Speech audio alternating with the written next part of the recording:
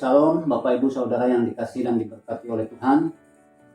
Saat ini kita akan membaca dan merenungkan firman Tuhan yang diambil dari Markus pasal 5 ayat 1 sampai 20 yang saya beri judul renungan hari ini, yaitu kita begitu berharga. Baik, mari kita bersatu dalam doa. Bapa Surgawi, terpujilah Engkau, Bapa yang baik, Bapa yang mengasihi kami di dalam Tuhan kami Yesus Kristus. Saat ini kami akan mendengar merenungkan firman-Mu. Urapi hamba-Mu untuk menyampaikannya, dan biarlah kami boleh memahami kehendak Tuhan. Kami percaya Engkau mengasihi kami dan menolong kami, sehingga kami sungguh-sungguh mengenal kehendak Tuhan dan keselamatan yang Tuhan sediakan bagi kami yang percaya. Biarlah kami boleh menyediakan hati dan pikiran kami untuk menerima firman dan kuasa Tuhan. Dalam nama Tuhan Yesus Juru Selamat kami.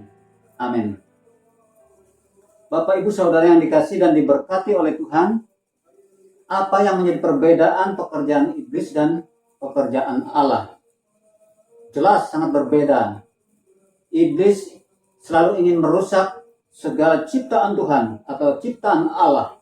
Bahkan iblis ingin manusia merusak sesamanya, membinasakan sesamanya, saling membinasakan, saling membenci, saling membunuh, saling mencelakai, mencederai, dan membuat kekacauan di tengah-tengah dunia ini. Inilah kehendak dan rancangan Tuhan, rancangan iblis bagi manusia, berbeda dengan rancangan Tuhan yang telah menciptakan kedamaian, kebaikan, dan semua yang telah Ia ciptakan langit dan bumi itu semua dalam rangka kebaikan makhluk hidup.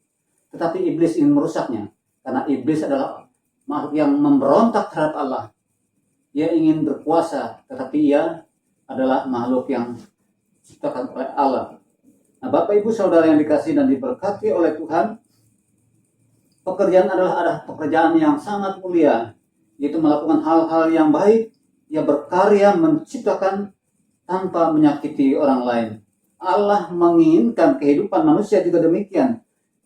Kehidupan yang penuh dengan damai dan sejahtera, kehidupan yang penuh dengan kerukunan, kehidupan yang penuh saling menolong, saling mengasihi, saling menghormati satu dengan yang lainnya. Itulah kehendak-kehendak Allah dalam kehidupan manusia, supaya manusia dan semua makhluk hidup di tengah-tengah dunia ini memiliki damai sejahtera, memiliki kehidupan yang sungguh-sungguh menyenangkan, membahagiakan dalam hidupnya. Itulah rancangan Tuhan.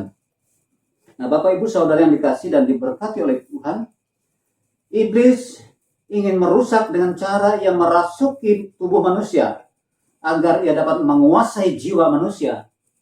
Karena itu kita sebagai orang percaya harus mempunyai kuasa Tuhan dalam diri kita agar tidak dirasuki oleh kuasa iblis.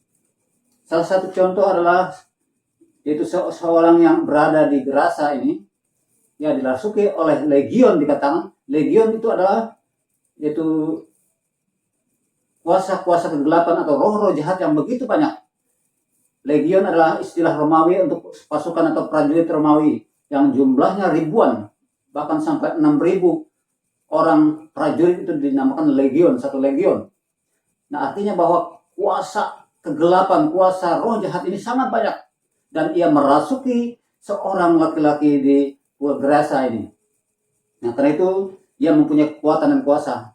Banyak orang yang berusaha telah membelenggu orang gila ini, tetapi belenggunya dihancurkan karena ia punya kuasa, punya kekuatan yang luar biasa.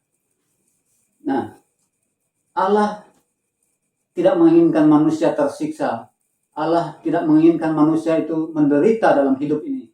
Karena Allah menciptakan manusia supaya manusia memperoleh atau mengalami kehidupan yang baik, kehidupan yang damai dan sejahtera, kehidupan yang menyenangkan. Tetapi iblis tidak mau manusia itu memiliki kebahagiaan dalam hidup. Karena itu ia merusak dengan cara merasuki tubuh manusia dan mencelakai dirinya. Karena itu orang yang kerasukan ini, ia berada di lingkungan pekuburan dan ia menyiksa dirinya dengan memukul dirinya dengan batu. Ia menyiksa dirinya, memukul dirinya, menoreh dirinya sehingga ia tersiksa sebagai seorang manusia. Allah begitu mengasihi, ya, begitu mengasihi manusia ciptaannya itu. Karena itulah Yesus datang ke Gerasa, yaitu ingin menyelamatkan satu jiwa di Gerasa ini, yaitu orang yang kerasukan legion tadi. Bayangkan Bapak Ibu Saudara, seorang anak manusia, seorang atau satu jiwa manusia itu sangat berharga di hadapan Tuhan. Sangat berharga bagi Allah. Karena Allah yang menciptakan manusia. Ia sangat berharga. Ketika roh jahat melihat Yesus turun dari perahu, ia langsung datang kepada Yesus dan menyembah Yesus. Kenapa? Roh jahat menyembah Yesus. Karena ia tahu bahwa Yesus adalah anak Allah yang maha tinggi, dikatakan dalam nas kita. Dalam ayat 7, dan dengan keras ia berteriak, "Apa urusanmu dengan aku, hai Yesus, anak Allah yang maha tinggi? Demi Allah, jangan siksa aku." Iblis tahu, roh jahat tahu, legion tahu bahwa Yesus adalah anak Allah yang maha tinggi. Dan yang berkuasa memberikan penghukuman kepada iblis itu hanya Yesus satu-satunya. Manusia tidak berdaya untuk menyelamatkan dirinya, apalagi menyelamatkan orang lain. Hanya anak Allah yang maha tinggi yang mampu menyelamatkan kita dari kuasa dosa, dari kuasa iblis. Iblis gemetar dan menyembah kepada Yesus. Sebagaimana dikatakan dalam firman Tuhan bahwa segala lutut akan bertelut, segala lidah mengaku bahwa Yesus Kristus adalah Tuhan dan Juru Selamat. Nah, Bapak Ibu Saudara yang dikasihi dan diberkati oleh Tuhan, kita melihat dari nas kita ini, kita belajar betapa berharganya manusia di hadapan Tuhan atau bagi Allah. Ketika iblis ketakutan, mereka bersedia memasuki 2000 ekor babi. Biarlah mereka memasuki 2 ekor babi daripada mereka dihukum oleh Tuhan Yesus Kristus. Artinya mereka layak untuk memasuki 2000 ekor babi demi menyelamatkan satu orang di Gerasa ini yang gila. Bayangkan, satu jiwa ditebus dengan 2000 ekor babi, itu harus meloncat ke jurang dan semuanya mati. Itu menggambarkan bahwa betapa berharganya satu jiwa manusia bagi Allah. Kita adalah orang-orang yang sangat berharga di hadapan Tuhan dan bagi Allah. Karena itu jangan kita menyia-nyiakan kasih karunia Allah dalam hidup ini. Kita lebih berharga dari 2000 ekor babi. Kita lebih berharga dari segala makhluk ciptaan yang lainnya. Hanya satu yang mampu membayar kita, yaitu darah Tuhan Yesus. Yesuslah Juru Selamat kita.